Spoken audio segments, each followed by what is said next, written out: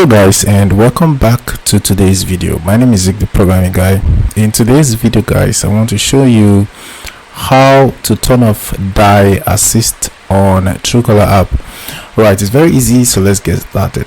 Right, so the die assist feature on the Truecaller app is actually very useful because it helps you add prefix like country code to any number you dial on the Truecaller app. So it's very useful, but if you don't find it useful, you want to turn off that feature, this video is for you. So let's see how we can actually turn off the die assist option on the Truecaller app.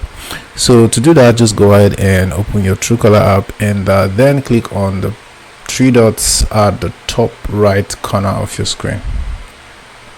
So once you click on that, you're going to see the settings option. Click on that and just go straight to calls and scroll all the way down.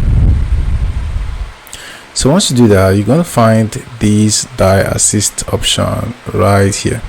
So as you can see, it's turned on over here. So all you just have to do is go ahead and click on the toggle button to turn that off. So that's it guys. So now you can actually turn off die assist on the Truecaller app. Hope this guide was helpful and you now know how to do it. If yes, give this video a thumbs up and equally subscribe to get more helpful tips like this. Thanks for watching guys.